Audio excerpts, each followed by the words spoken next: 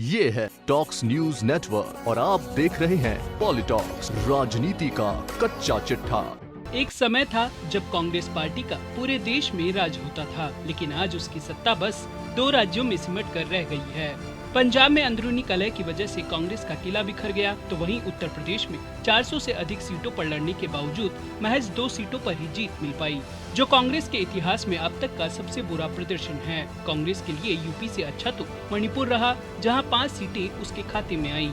चुनावी नतीजों में कांग्रेस की बदहाली देखने के बाद अब ये सवाल फिर से उठ गया है कि देश की सबसे पुरानी पार्टी को आखिर ये लकवा कैसे मार गया। इसके लिए दिशाहीन नेतृत्व जिम्मेदार है या पार्टी के अंदर नेताओं के आपसी मतभेद, ठंडे पड़ चुके जोश को दोष दिया जाए या उम्मीद की बुझ चुकी लो को। रसातल में पहुंची कांग्रेस की इस हालत के लिए किसी एक चीज को दोषी नहीं ठहराया जा सकता। सियासी जानकारों का कहना है कि कांग्रेस को अब एक नए युवा पायलट की जरूरत है, जो उसे खटारा हो चुके विमान को फिर से रनवे पर दौड़ने लायक बना सके और जिससे पार्टी एक बार फिर सियासी उड़ान भर सके। दरअसल हाल ही में हुए देश के 5 राज्यों के विधानसभा चुनाव में कांग्रेस की जबरदस्त हार के बाद पार्टी में पहले से नाराज चल रहा G23 नेताओं का ग्रुप एक बार फिर एक्टिव हो गया है। कांग्रेस के वरिष्ठ नेता गुलाम नबी आजाद के दिल्ली स्थित आवास पर इन नेताओं को शुक्रवार की शाम को एक बैठक हुई। बैठक में कांग्रेस के हार के कारणों पर चर्चा हुई। कहा जा रहा है कि बैठक में शामिल नेताओं ने अपनी पुरानी मांगों को फिर से पार्टी नेतृत्व के सामने रखने की बात कही।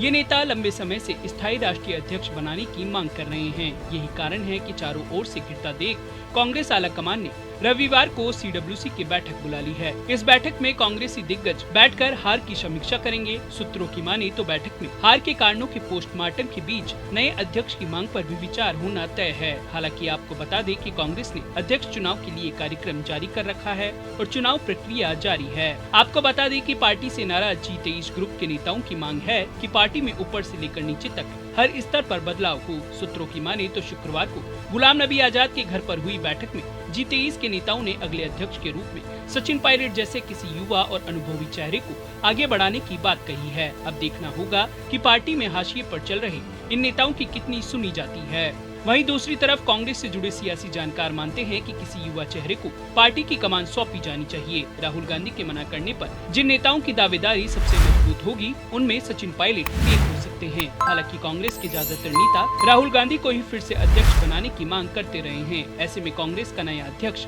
गांधी परिवार से इतर होगा या फिर पायलट को ये जिम्मेदारी मिलती है, देखने वाली बात होगी। कहते हैं कि व्यक्ति अपने अनुभवों से ही कुछ सीख पाता है। ये बात सचिन पायलट पर भी लागू होती है। कॉन्वेंट की पढ़ाई और अंग्रेजी दोस्तों के बीच दिन रात चर्चा में मशगूल रहने वाले सचिन पायलट को समय ने सब कुछ सिखा दिया। अपने पिता और दिग्गज कांग्रेसी राजेश पायलट के असामयिक निधन के बाद पायलट ने 2004 में जब पहला लोकसभा चुनाव दौसा से लड़ा था, तो उनकी उम्र मात्र 26 वर्ष की थी। पायलट ने अपने पिता की राजनीतिक विरासत को संभाला और सहेजा भी।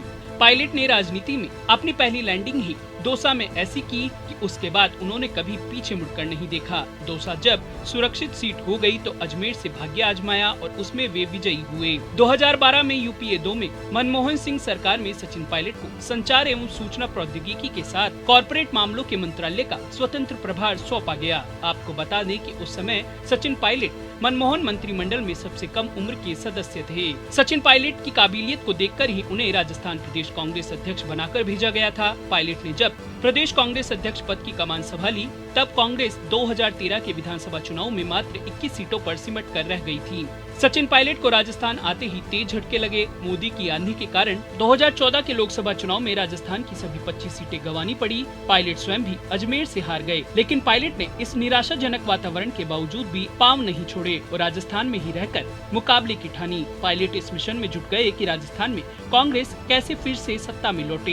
इसके लिए पायलट ने तत्कालीन भाजपा सरकार के खिलाफ आंदोलनों का मोर्चा खोल दिया। न जाने कितनी ही बार पायलट ने सड़कों पर संघर्ष करते हुए कार्यकर्ताओं के साथ लाठियां भी खाई। लगातार जनता के बीच बने रहने की साधना का असर यह हुआ कि फरवरी 2018 में अजमेर सीट पर हुए लोकसभा उपचुनाव में कांग्रेस प्रत्याशी रघु शर्मा को भारी मतों से विजयी करवाकर पायलट ने अपनी हार का बदला चुका दिया। यही नहीं, इसके बाद हुए विधानसभा चुनाव में प्रदेश कांग्रेस को 21 से 99 सीटों तक पहुंचाकर प्रदेश में फिर से कांग्रेस का परचम लहराया। आज भी न केवल राजस्थान बल्कि देश के अन्य राज्यों में भी सचिन पायलट के प्रति दीवानगी देखने को मिलती है। केवल विधायक होने के बावजूद पायलट जहां भी जाते हैं उनको देखने, सुनने और मिलने वालों का जनसैलाब उमड़ा रहता है। पॉलिटॉक्स ब्यूरो, जयपुर। ये है टॉक्स न्यूज नेटवर्क और आप देख रहे हैं पॉलिटॉक्स, राजनीति का कच्चा चिट्ठा।